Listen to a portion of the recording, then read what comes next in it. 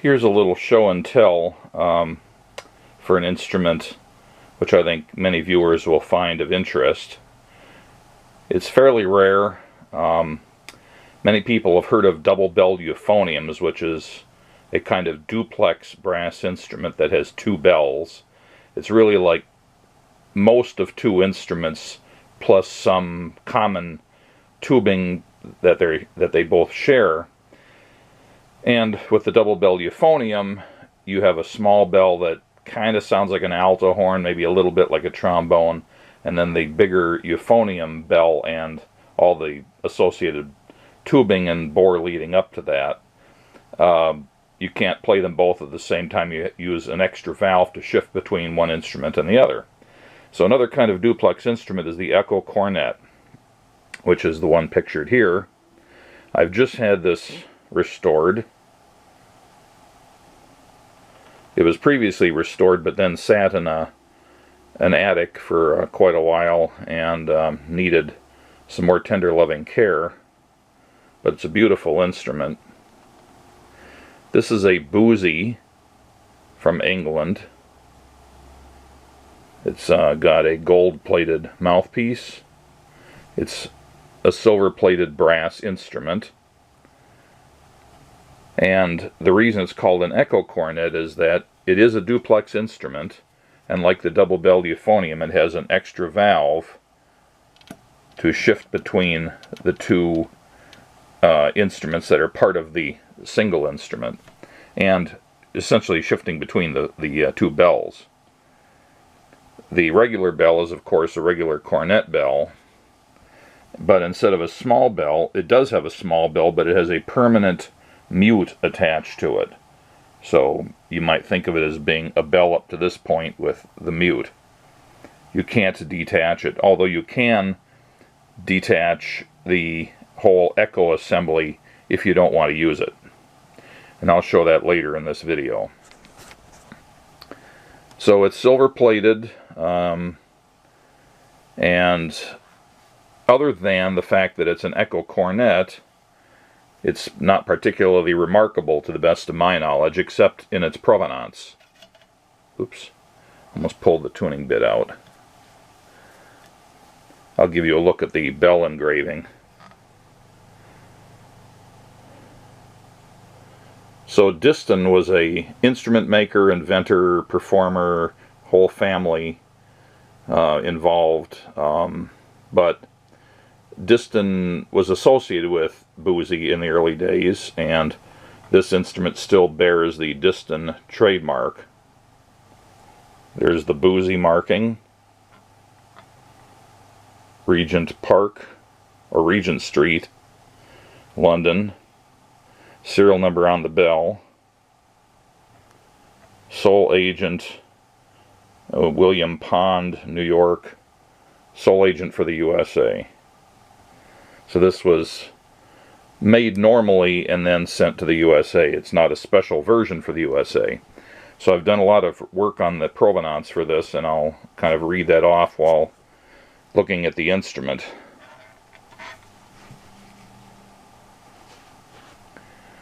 So the instrument was made in 1881.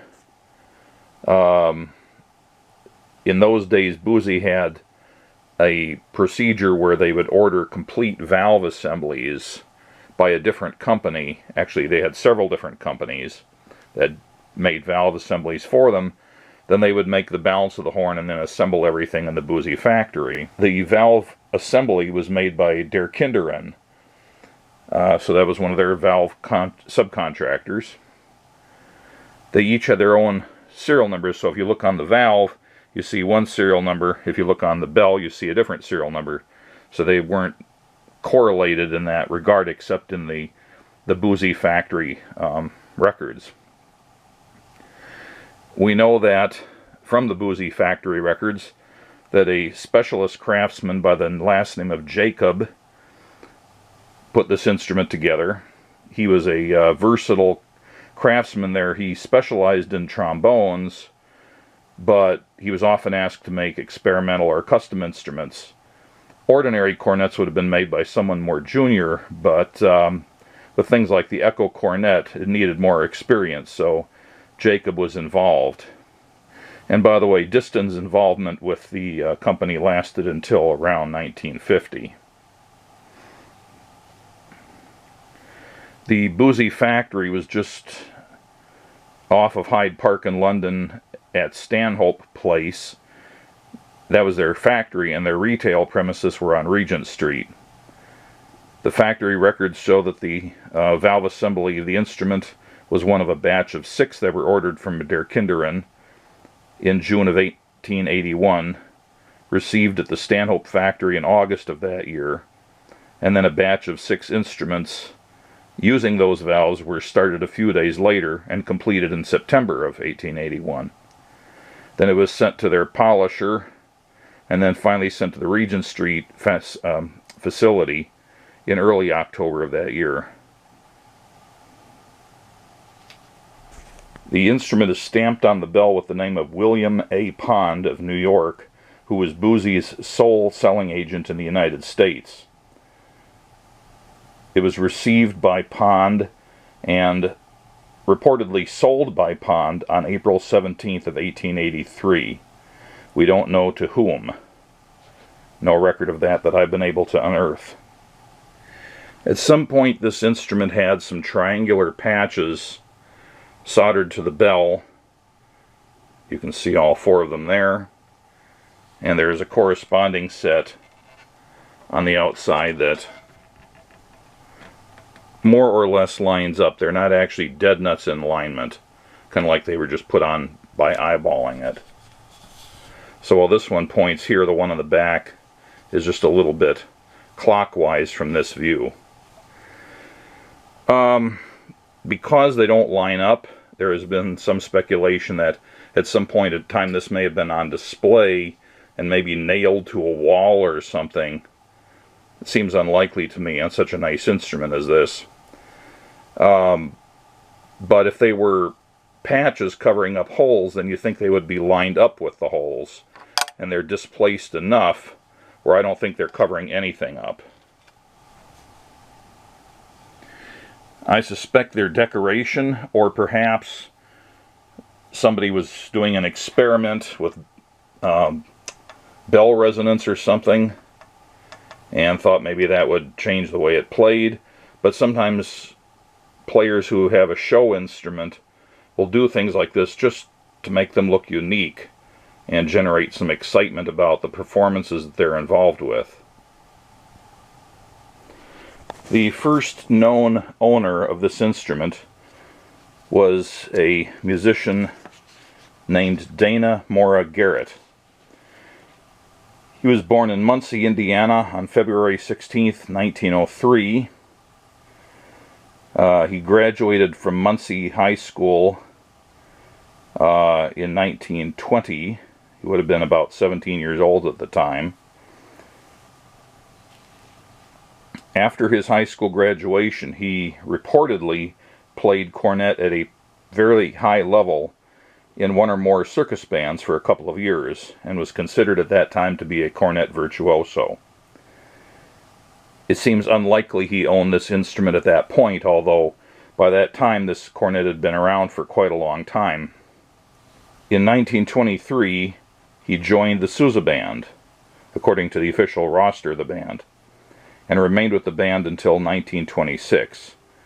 So he would have joined when he was about 20 years old and left the band in his 23rd year. Records don't indicate if he played trumpet or cornet or what in the Sousa Band, but in those days brass bands were primarily sax horns still, so cornets would have been favored over trumpets, and so probably he played a cornet instead of a trumpet. Was it this cornet? Possibly, but I couldn't find anything on that.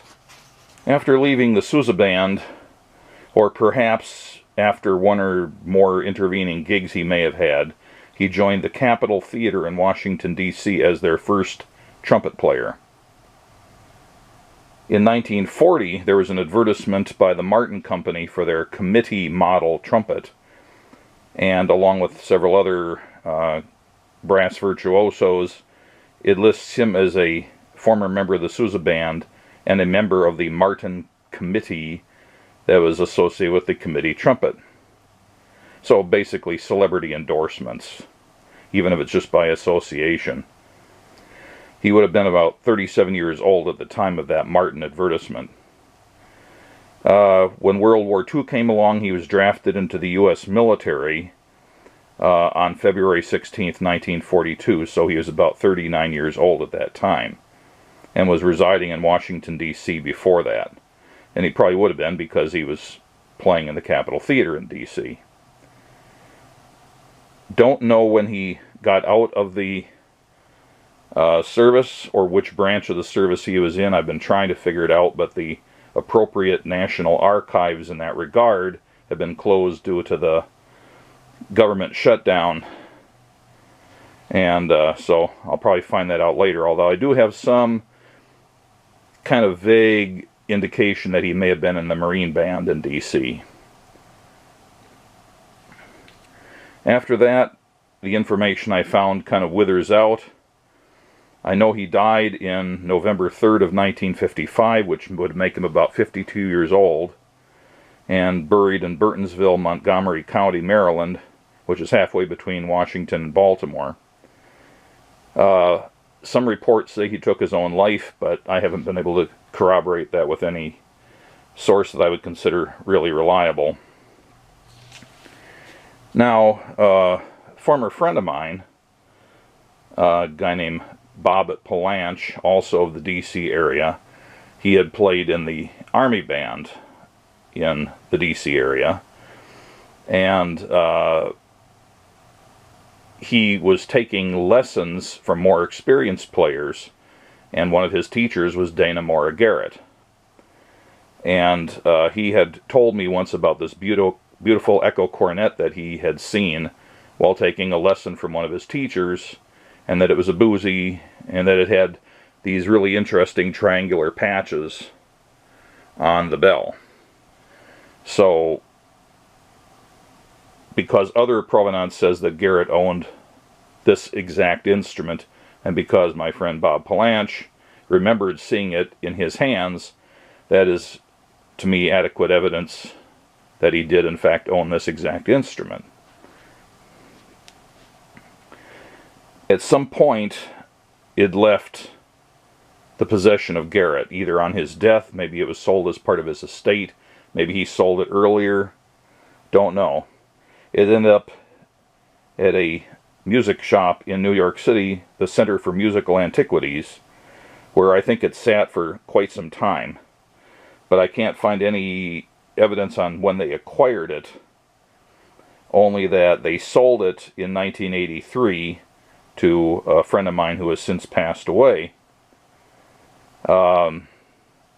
If there wasn't an intervening owner, then that would have meant that the store would have held on to it for about 31 years after Garrett's death, before they sold it to my other friend. That friend owned it for a while, and on his death it went to another friend of mine in Virginia, and he decided it should be sent in for a complete reworking. So he sent it to a craftsman in Indiana, I believe. I actually know who it is, but I'm not going to give out information without his permission, so let's just say it's somebody in the Midwest. And I was able to obtain the invoice for that work. It had a clean and flush. Some work was done to refit the pistons. Some dents were removed. It was polished and prepared for replating, and then silver plated. But it was not a conversion from a lacquered brass to silver. It was already silver. So basically it was stripped and replated in silver. That suggests that the original silver plating wasn't in great condition by that point. He also remembers the triangular bits on there. And when he had it, it was sent off to X-ray, hoping that it might show the evidence of holes, but trying to X-ray metal with other metal bits on it is a non-starter to, from the get-go. And I think he only had a dentist do it, but it was not conclusive. It didn't show holes or absence of holes. It wasn't up to the task. That was not the tool to use to find out. Upon that friend's passing, I sort of inherited this, and when I got it, it was almost black with corrosion. It had been sitting in a boiling hot attic for quite a long time, and it was very dirty, and the valves worked, but they worked kind of in a gritty way and stuck a lot even after oiling. And there were still a couple of little dents and some other issues. So I sent it to my craftsman in the Chicago area, who just returned it to me today, same day I'm making this video, after giving it essentially another clean and flush and make everything right that he could find that was maybe wrong. The valves work really nicely now. It's all polished up and pretty, working perfectly. Now, I'm not a cornet player by any stretch of the imagination, and I'm not going to let you see me puffing out my cheeks and looking desperate trying to play it, but I will put the camera down and I will try to play a little bit on it just so you can get some idea what it sounds like, only just an idea. In the hands of a proper player, it would sound much better, I'm sure.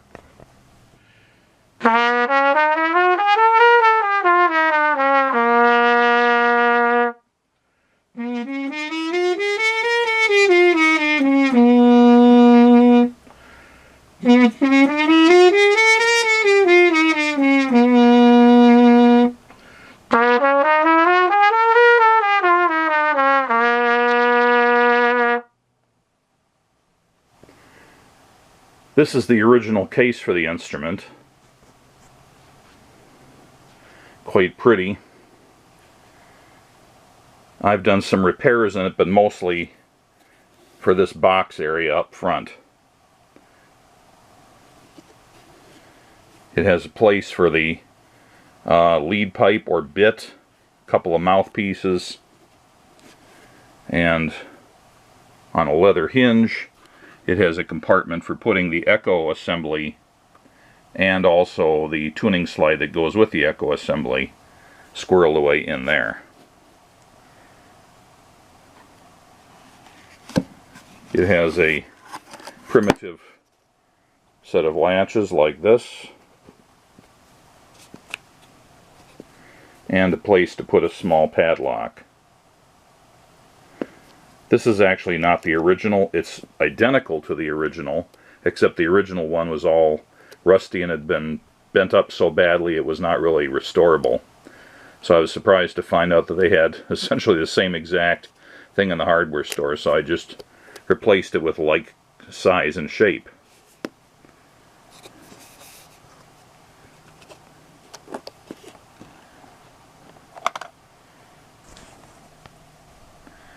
The tuning bit and the mouthpiece go in there. I'm not sure what's supposed to go in here. Maybe your pencil. I don't know. Now, it's kind of interesting how the echo assembly detaches. If you don't need the echo assembly for a gig, you can get rid of its substantial weight. So the echo assembly ends here, goes around, ducks under the two spit valve keys or water keys, goes through this tuning slide which is specific to the second instrument, in other words the echo side of the instrument, and then it goes down here into the fourth valve, and it needs to detach from that. So the first thing we do is remove that particular tuning slide, and I should note that the slide bends up a little bit, as you can see there, and that's necessary to clear some other things such as this tube right here. It has to kind of curve up and over that tube as it comes around. Now this assembly here is stabilized by a post here and by a kind of a music lyre kind of arrangement here. So I'll undo the screw here, and then this whole assembly just pulls backwards And you kind of have to tip it up then, and then it comes off.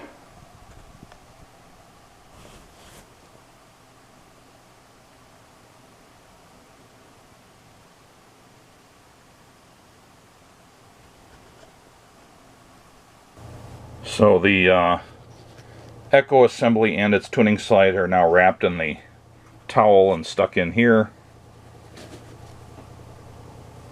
And the cornet drops in here very nicely. My idiot neighbor across the street just loves revving his car. I'm sure you can hear that. They actually have an ordinance around here where if you do that with your car, they can confiscate your car and never give it back. So he's just lucky that nobody's complained yet. Anyway, back to this. So, fits into its nice looking case. And that's it. Hope you found this interesting. Bonus video. So here's another old horn. I just got it back today from my brass repair guy. He also worked this over, but he didn't have to do as much as to the Echo Cornet. But it's another old horn. Has these old antique twist locks on it.